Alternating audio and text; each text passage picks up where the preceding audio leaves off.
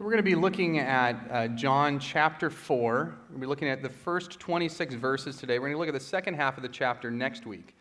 And in this first half of the chapter, really what we see is in some ways a very, very strange story. Not much action happens in it, strictly speaking. It's a conversation for the most part. It's a conversation between Jesus and this woman who he meets beside a well. It's one of those stories like if you were to do, a time machine and just travel back there and observe this whole scene happening, you probably wouldn't find it strange at all. It's just like two people talking beside a well is how this would look to a modern observer just kind of watching what's going on here. But for John's readers who are reading this, the original audience that he had in mind when he recorded this story about Jesus, they would find this absolutely bizarre, shocking even, based on their familiarity with the customs and the kind of the barriers of their culture.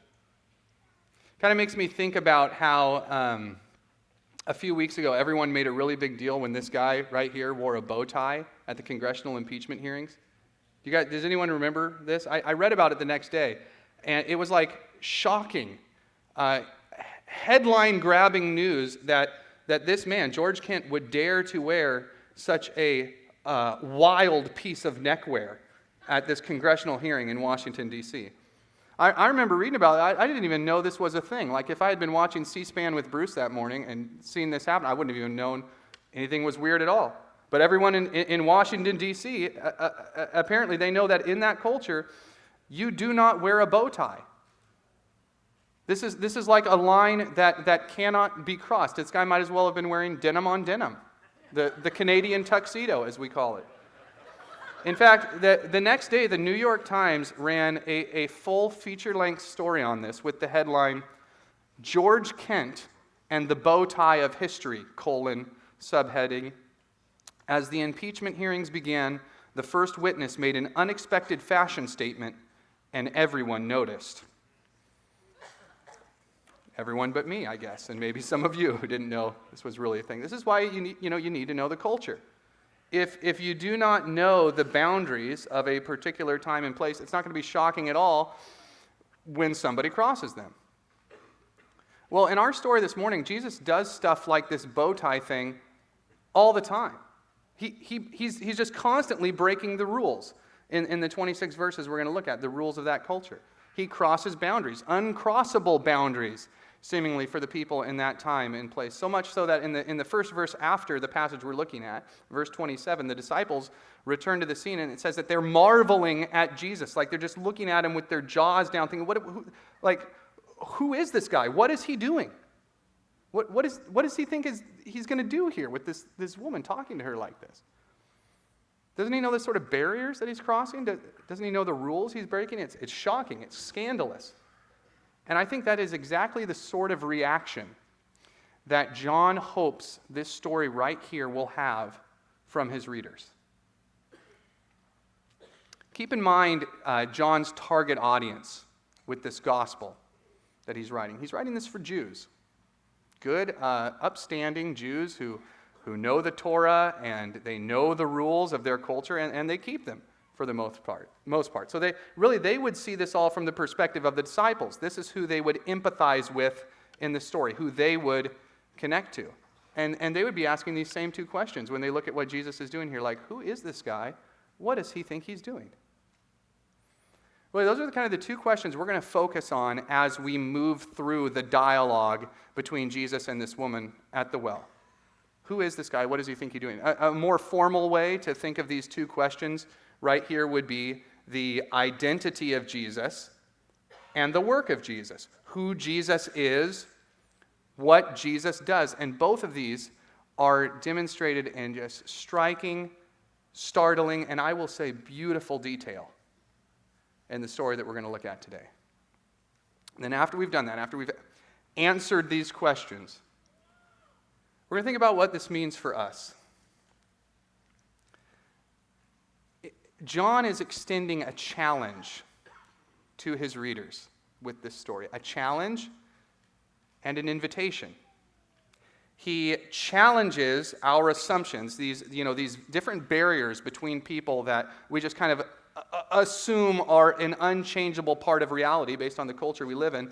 And then what he does is, through the words of Jesus, he invites us to enter a new reality.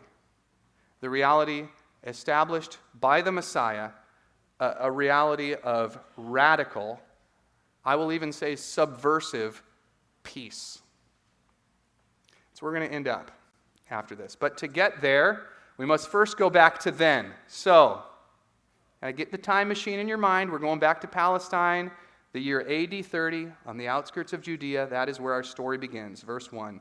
Now, when Jesus learned that the Pharisees had heard that Jesus was making and baptizing more disciples than John, that's John the Baptist, although Jesus himself did not baptize, but only his disciples, he, that's Jesus, left Judea and departed again for Galilee, and he had to pass through Samaria.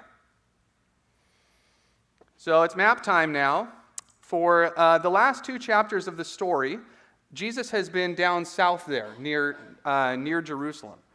This is where he had, the big thing at the temple, where he tipped over tables and all that. This is where he had his conversation with Nicodemus at night. This is where there recently was just the last little kerfuffle with Jesus and the followers of, or really between John the Baptist and his followers, where they're all upset that Jesus is getting all the followers, and what should we do about this? All of that happened down south there.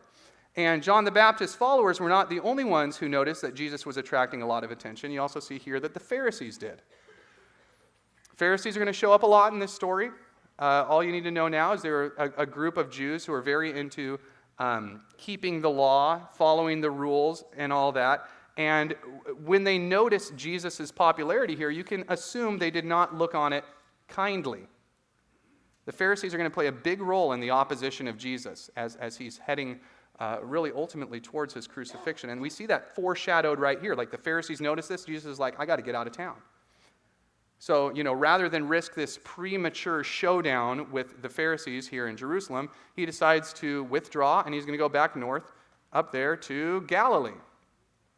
It's Jesus' hometown region. This is where stuff already happened early on in the story, like the water into wine, all of that. Jesus said, I'm going to go back north, do ministry there for a while, avoid the conflict. So really, that's kind of the setup for our story today. This is a travel narrative, in a sense. It's Jesus going home for the holidays, right?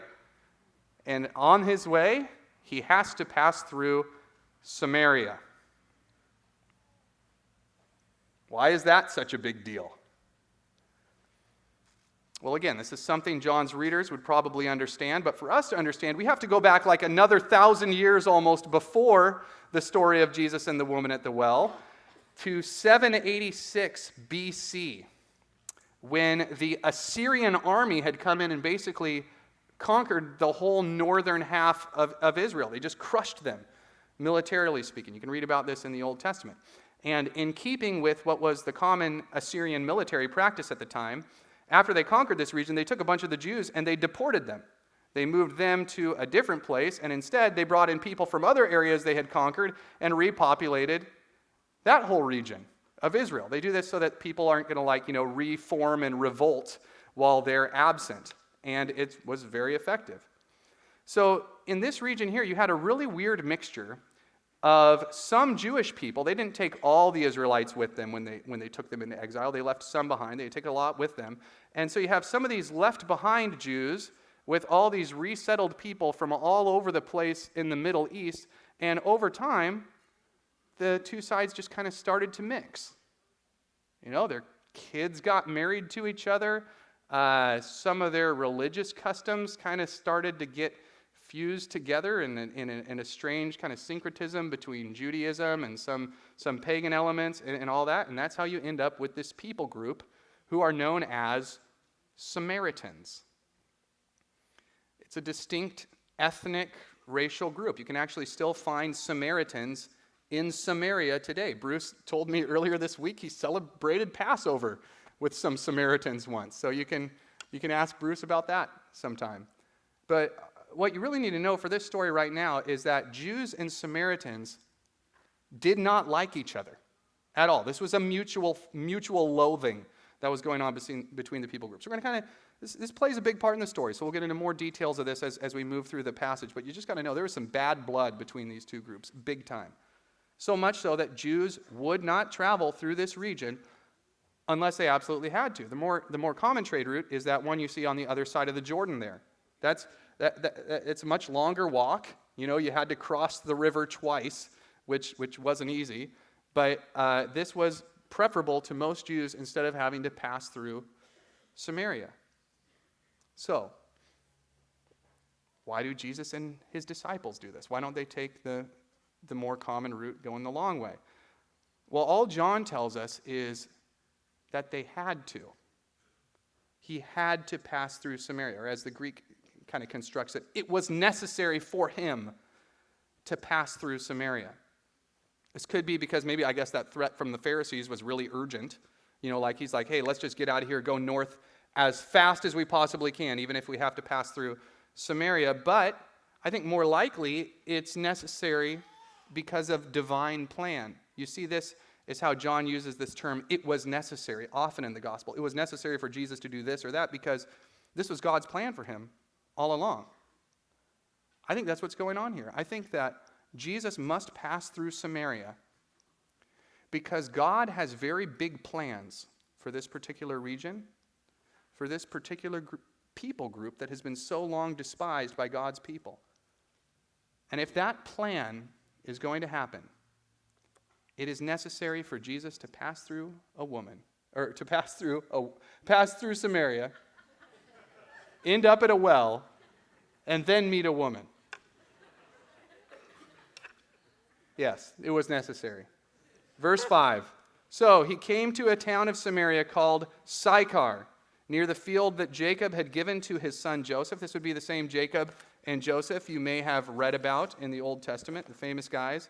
And it's interesting, we don't have a particular record of this field, in the Old Testament, but, apparently the people back then knew it well, so John includes this detail here. His readers have been like, oh, okay, yeah, that field. Verse 6, Jacob's well was there. Again, a well that we learned Jacob had dug for him and his livestock. So Jesus, wearied as he was from his journey, was sitting beside the well. It was about the 6th hour, meaning noon, 12 p.m., the heat of the day. And, the one thing I really just want us to marvel at here before we move on to the conversation part of the passage is just the clear and obvious humanness of Jesus that we see right here.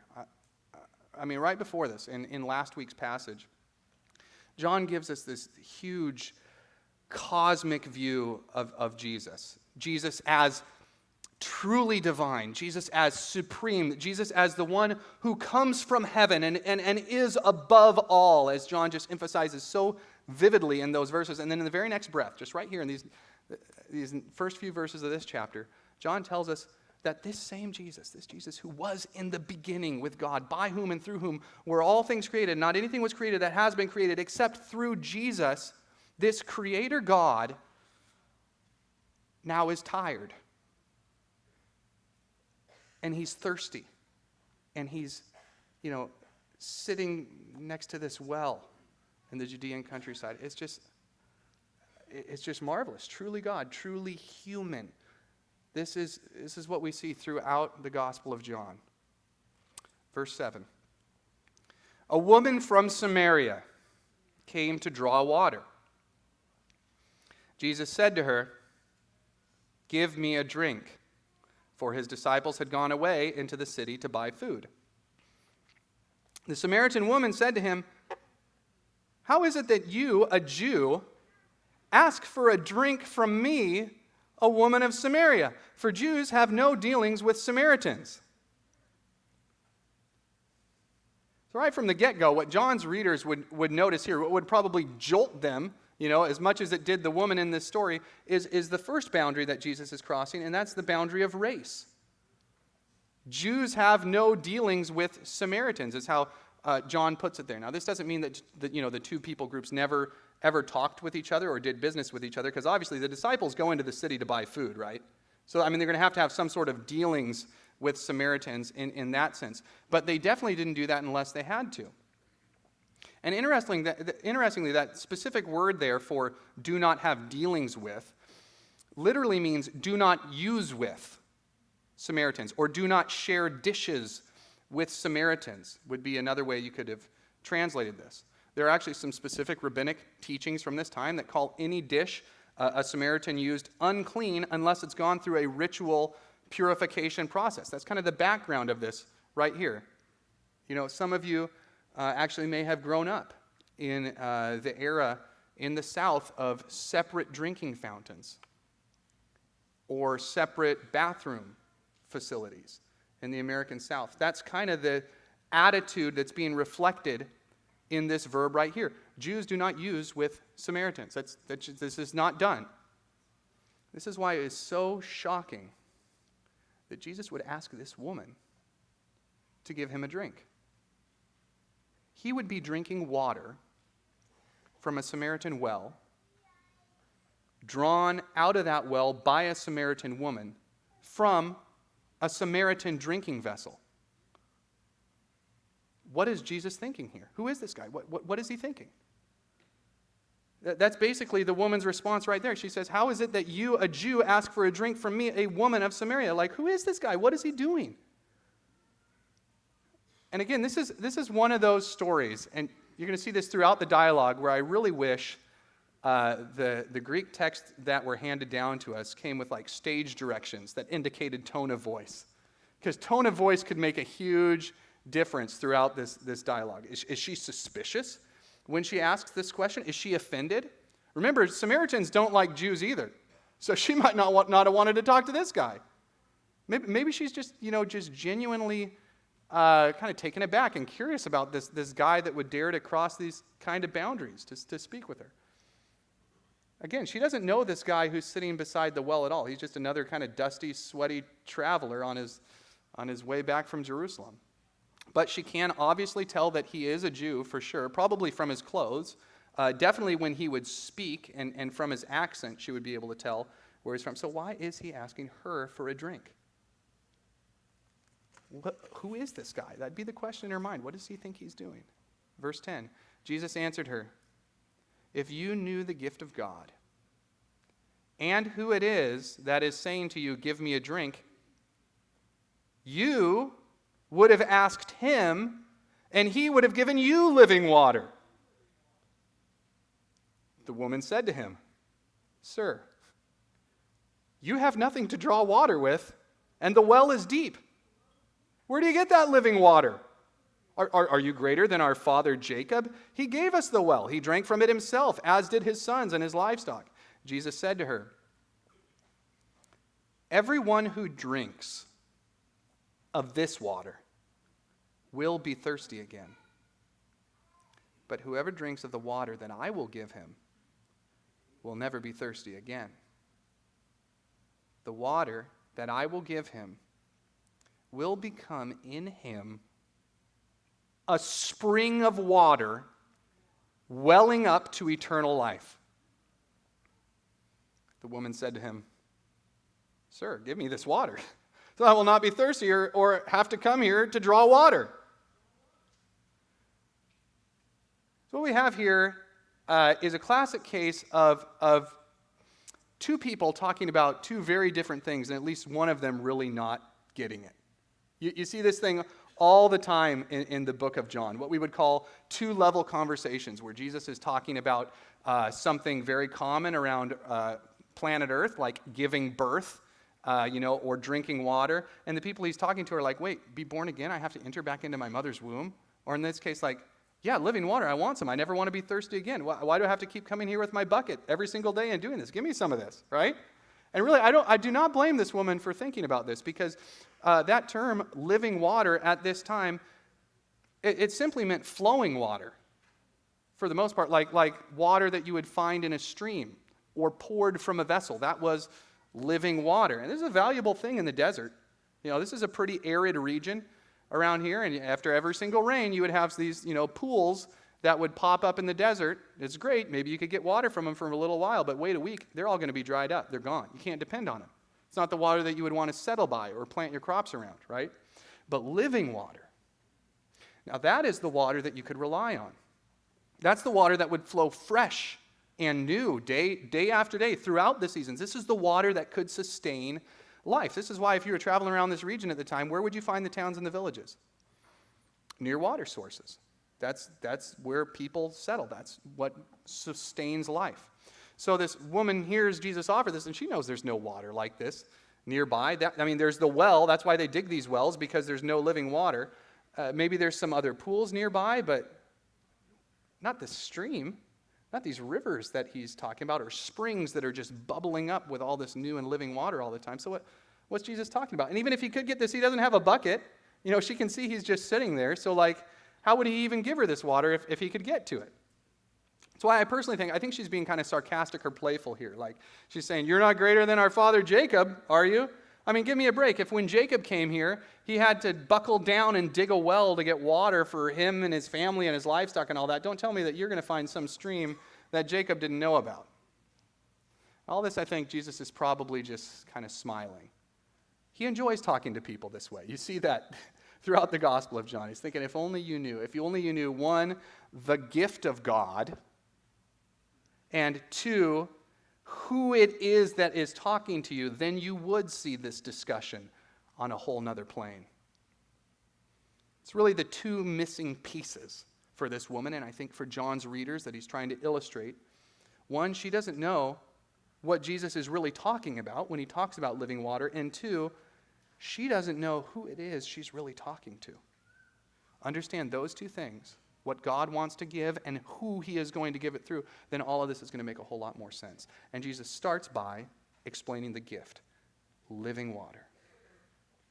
Yes, it meant flowing water, but for the Jews and people familiar with the Old Testament, they would know there's a deeper background to this term. In the Old Testament, this term living water is directly associated with God's Spirit. That's what we see in the book of Isaiah, chapter 44. Isaiah says that in the later days, when God will pour out his Spirit, the Spirit will be like water on the thirsty land and streams on the dry ground. That's the image for what this is going to be like when someday God pours out his Spirit on his people. And then Jeremiah, I just love this passage right here. It's so vivid. Speaking on behalf of God, the prophet Jeremiah says, "For my people have committed two evils. They have forsaken me, the fountain of living waters, and hewed out cisterns for themselves, broken cisterns that can hold no water." You see that association there? God himself is the source of living water. God's Spirit is the water that you drink and you never get thirsty again. And then Jesus himself, he makes this link between water and God's Spirit just crystal clear in John 3 chapters later. John chapter 7, verses 37 through 39. On the last day of the feast, the great day, Jesus stood up and cried out, "If anyone thirsts, let him come to me and drink. Whoever believes in me, as the Scriptures has said, out of his heart will flow rivers of living water."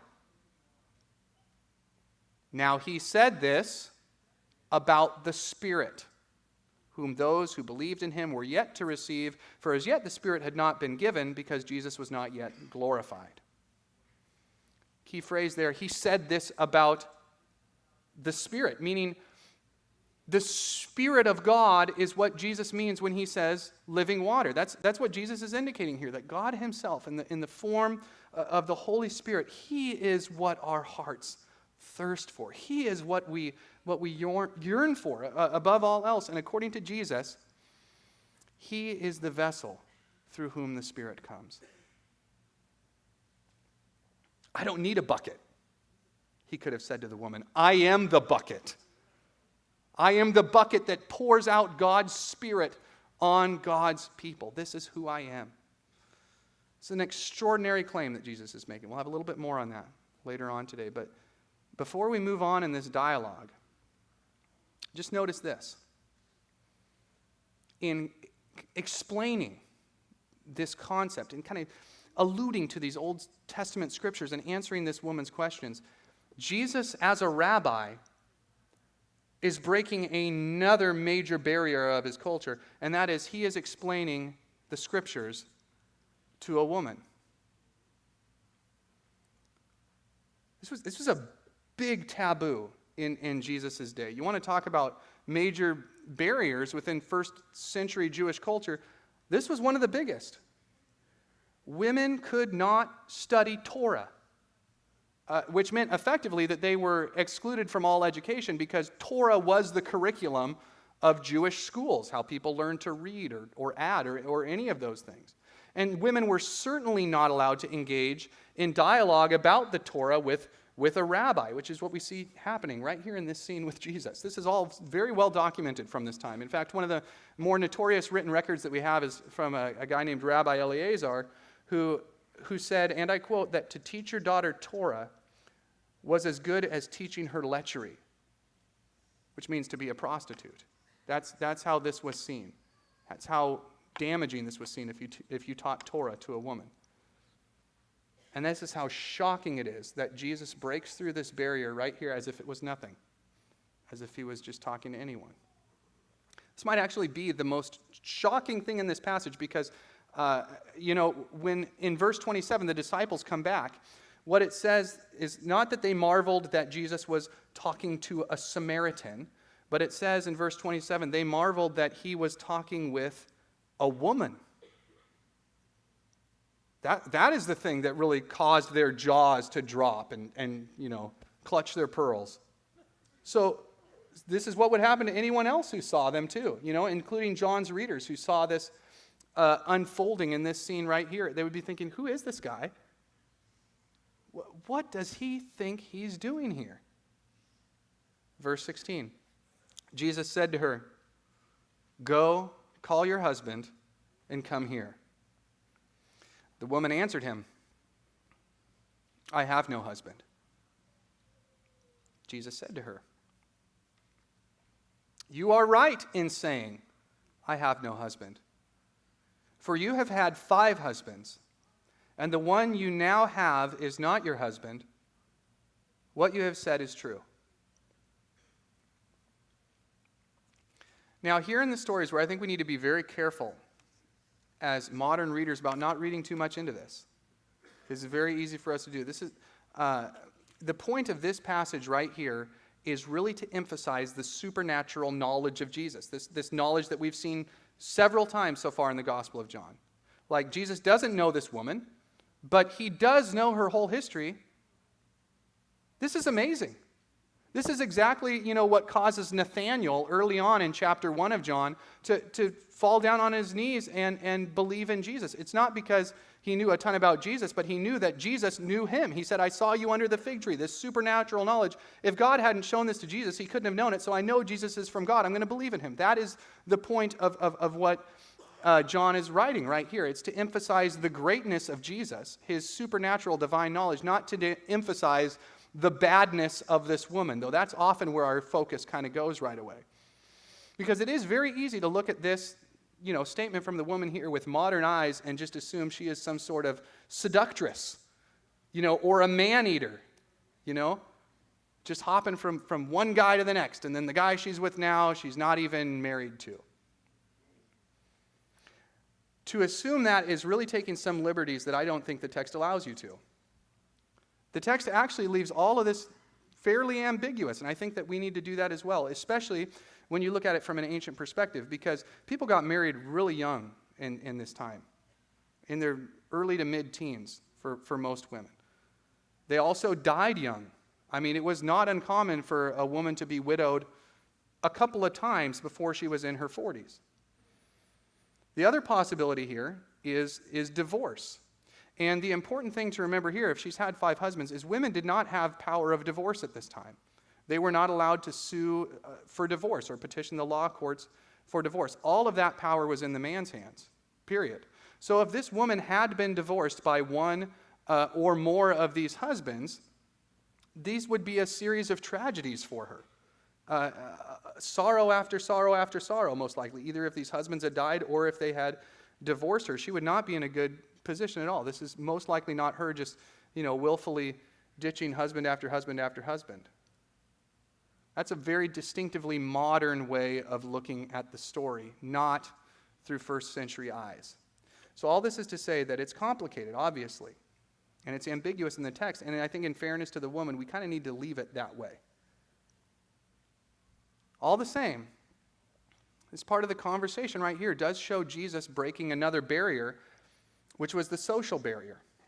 Because whether or not, these 5 marriages and the 6th guy she's with was the result of sin or rebellion on the part of the woman, either way, having this many husbands definitely carried a social stigma at the time. One rabbi actually wrote that if a lady was widowed, she should have no more than 3 husbands, even if they've all been dying, because any more than that was considered unseemly. It was also commonly thought that if this was the result of personal tragedy, like all these husbands had been dying, or they'd all turned out to be jerks who wanted to divorce this woman, it was commonly thought that personal tragedy at this time was the result of divine punishment.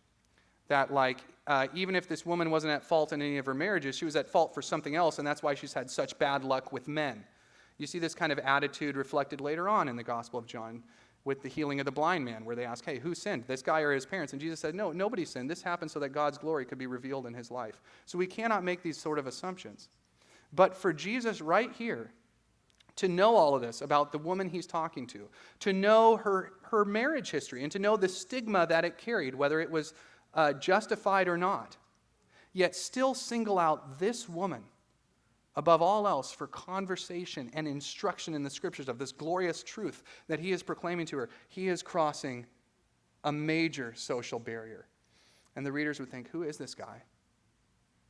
What does he think he's doing? Verse 19. The woman said to him, Sir, I perceive that you are a prophet. Like, hey, you know all this? You're a prophet. I get it. Our fathers worshipped on this mountain. She could have pointed with her finger because looming above them was Mount Gerizim. A little more on that in a second. But you say that in Jerusalem is the place where people ought to worship. That would be in the temple where Jesus just came from at this festival. And right here, through this question, I think this woman is bringing to the forefront, which was probably another one of these major barriers between the Jews and the Samaritans, and that would be the religious barrier. Where should we worship? It's really the question that this woman's asking Jesus immediately after she, recognizes his divine identity in some sense. If you are a prophet, if you know how many husbands I've had, as only God can know, then tell me, according to God, solve this debate. Where should we worship? Here or there? And the background of this question, again, goes back several hundred years, back when a big group of Jews had returned from that exile where they had been deported to, and they came back to rebuild the temple in Jerusalem. When they got there, they're going to rebuild God's house, make it beautiful, again, a place for worship. A bunch of Samaritans came down from the north and said, hey, could we help you rebuild it? We worship the same God as you, right? Could we rebuild this and worship here with you? And the Jews said, no, we don't want a bunch of dirty Samaritans building the house of God. Get out of here. Ever since then, they've been at odds with each other on the question of worship. The Jews ended up rebuilding their temple. The Samaritans were like, well, we've got our tools. We're going to build our own site of worship on top of Mount Gerizim in our region, and that's where we are going to worship God from now on out. This was a major point of hostility between these people groups. One writing from this time has this dialogue where a Samaritan calls out to a Jew who's traveling through on his way to Jerusalem to go observe a festival there or worship at the temple, and the Samaritan cries out, hey, why won't you worship on this glorious mountain instead of that dung hole in Jerusalem? So that just kind of shows you how intense this worship question was on both sides. But here, Jesus sees this worship barrier put to the front by this woman, and again, he just blows it to pieces. Verse 21, Jesus said to her, Woman, believe me, the hour is coming when neither on this mountain nor in Jerusalem will you worship the Father. You worship what you do not know. We, that's the Jews, worship what we know, for salvation is from the Jews. But the hour is coming and is now here when the true worshipers will worship the Father in spirit and truth. for the Father is seeking such people to worship him. God is spirit, and those who worship him must worship in spirit and truth. So just notice how brilliantly Jesus solves this debate right here, this centuries-long hostility question. Yes, he does endorse the fact that the Jews are basically right on this worship question. Salvation is from the Jews. They are God's chosen people. They are worship what we know, meaning that the Jewish revelation that they had from the Old Testament is the authoritative revelation. But he does not say that salvation is just for the Jews. It's from the Jews to the rest of the world. It's not a gift to them, it's a gift from them. This really was Israel's calling all along, to be a blessing to all nations, as God said to Abraham, to be a kingdom of priests, to be a light to the Gentiles, this means of God's salvation for the whole world that's gone astray. And the hour is coming when that is going to happen. The hour. Another one of these big and powerful words in John. It's a Messiah word. It's a cross word when we get to it. And when that hour arrives in full, none of these debates are going to matter, Jesus is saying. When that happens, God won't just designate a place for worship like, this is my temple right here. This is my one location where my spirit will dwell, and you come here to worship me. No, instead, he is going to transform a people for worship. God's Spirit dwelling in humans. God's people worshiping him in spirit and truth. In spirit, by the Spirit. For these people will be God's temple, the dwelling place of the Spirit. This is radical stuff that Jesus is saying. An enormous claim. And really what Jesus is saying right here, he's doing through words what he just did in action 2 chapters ago. He's ransacking the temple. He's tipping over the tables. He's demolishing Mount Gerizim. He's destroying these structures of worship, these barriers that have stood between the Jews and Samaritans for generations. And he's saying, believe me, all this stuff is obsolete. God's got a new way of operating now, a new sort of worshiper he's looking for, a new sort of temple, a temple made out of people from every tribe, tongue, and nation. This is what God's going to do. You might as well rip apart that heavy curtain in the temple. God's Spirit will not be confined to a room anymore. Like living water, God's Spirit will be poured out on his people and fill them up to overflowing. Can you imagine how offensive this would seem to John's readers back in the day? These upstanding Jewish people who revered the temple above almost anything else. It's actually one of the charges that is brought up at Jesus' trial before his execution, that, hey, we need to execute this guy because he threatened to destroy the temple. He's demeaning this sacred house of worship. He deserves death for that. That is exactly what he's doing right here, because according to Jesus, all of these structures are obsolete. They're being superseded by something far, far greater. And anyone hearing with this would think, who is this guy? What does he think he's doing? Verses 25 and 26, the end of the conversation, the answer to all our questions. The woman said to him, I know that Messiah is coming, he who is called Christ. When he comes, he will tell us all things. Jesus said to her, I who speak to you am he.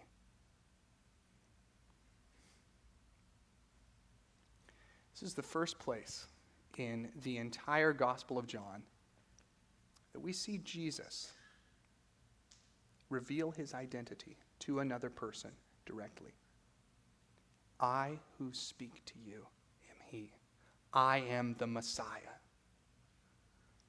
This is emphatic in the Greek, the way that Jesus says this. It's thrilling when you read it. It's like he's underlining all this in bold font to the woman. I myself am he, the one speaking to you. I mean, just Just think about the drama for this for a moment. The drama of this for a moment. I like to think that the woman was drawing water, this whole time. She's kind of bantering with this guy, but drawing water took a lot of time. She's got a lot of work to do, so she's probably filling up buckets while, talking about, the temple or whatever. And then all of a sudden, she realizes that Jesus knows her past, and that this is something bigger is going on right here. So now she's got full attention on this guy, just locked in on him. And in a soft voice, but with emphatic clarity, she hears this dusty, sweaty guy sitting in the shade say, "I who speak to you am he. I am the Messiah." Without a doubt, this is the climax of the story. Right here. This is the note of wonder that our passage ends on this morning before in the very next verse the disciples come bumbling back with all the food and ruin the moment. Okay, that's where we pick this up in the next verse. But we're just going to hang on this right here, this note of beautiful wonder, the identity of Jesus, the work of the Messiah. I who speak to you am he, Jesus declares to a Samaritan woman. Note the irony of this. I mean, again, the possible offensiveness to John's readers. To whom does the Messiah of Israel, this long prophesied, this long awaited Savior of the world, first declare his identity? Is it to one of his disciples, these guys who have been following him for such a long time? Is it to a member of the Jewish elite like Nicodemus? I mean, he had a member of the Sanhedrin sitting with him all alone on a rooftop in a couple stories just before this. Does he reveal it to him? Does he reveal it to one of the other Jewish leaders, maybe like a high priest or someone like that who could then announce this great and glorious news to all the Jewish people? No. The first person to whom Jesus speaks this most earth-shattering of revelations, that God's Messiah has come, and it is me, is to this woman of Samaria in the middle of the day, next to this well in just this little podunk town. Who is this guy? What does he think he's doing? And in that bombshell of a statement right there, really Jesus answers both of those driving questions that are present throughout this whole story. I am the Messiah. This is who I am. And in acting this way, in subverting your expectations, in obliterating all of these barriers that stand between me and this Samaritan woman, what I am modeling right here is the Messiah's work.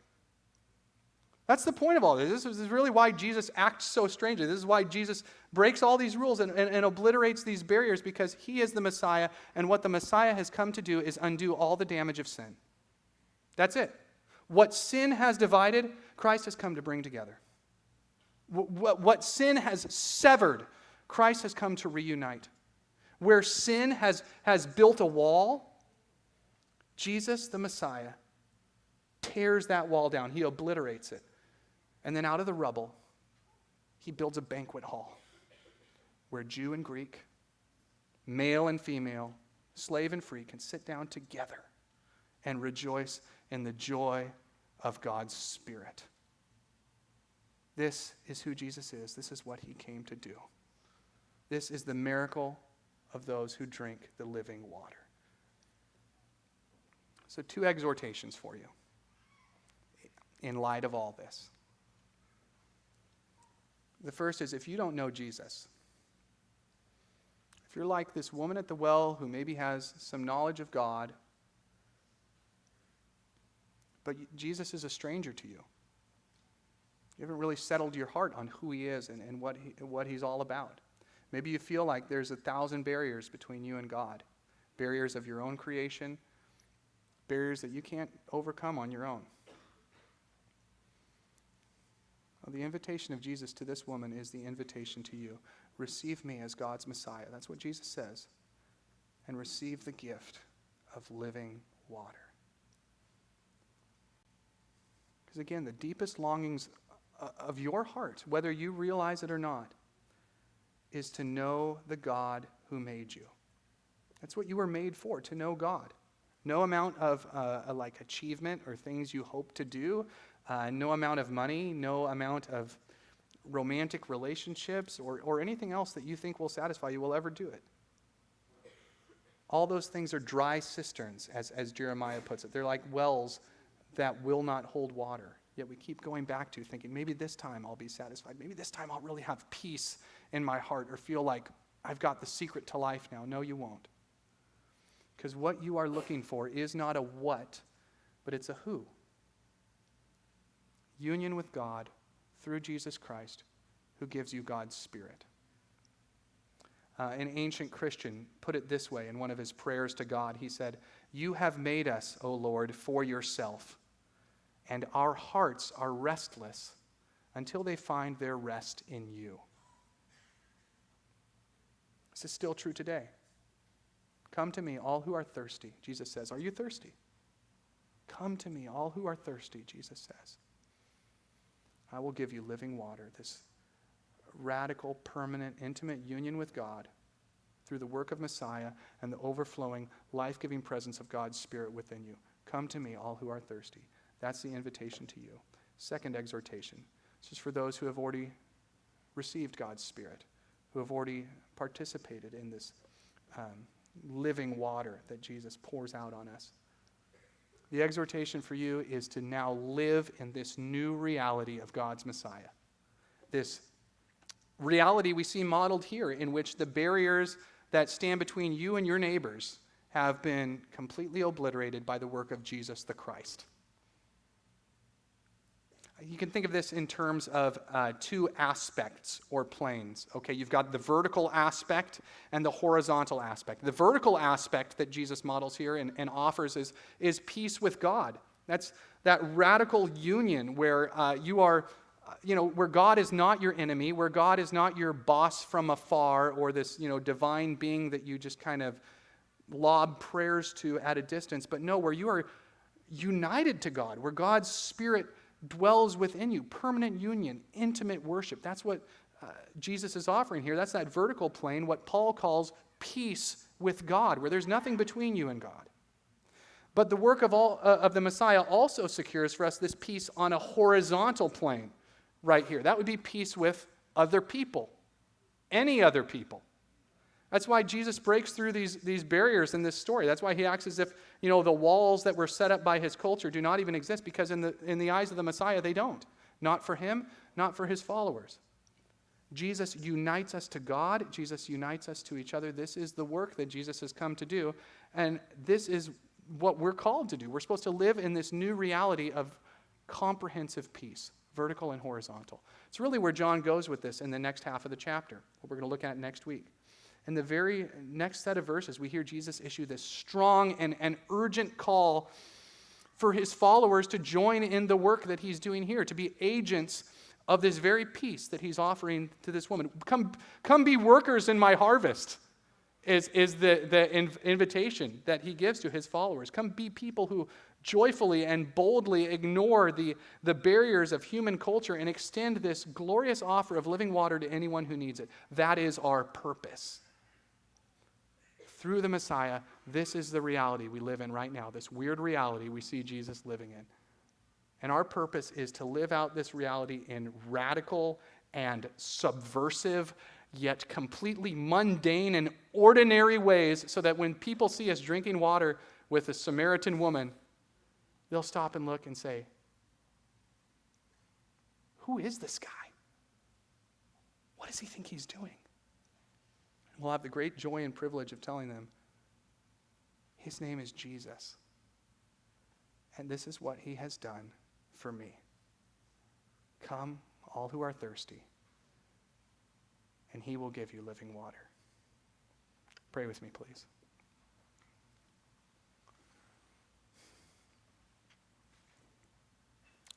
Father, we are so grateful for what you have done for us through your Son, Jesus Christ.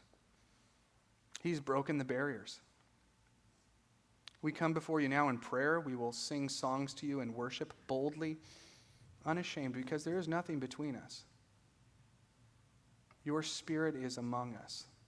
We thank you for that. Your Spirit has united us to you through your Son, Jesus Christ. What a glorious blessing, Father. I pray that our hearts would be so transformed by the knowledge of this peace that we have with you, that we would be able to extend that peace to every person we come in contact with. I pray that you would use our partnership with you, our efforts in reaching out to other people in ways that bring new life to people who are thirsty, Father, to our very thirsty neighbors and culture around us. Give us the joy, O Lord, of partnering in your harvest. And thank you for that privilege. In the name of your Son, Jesus Christ, amen.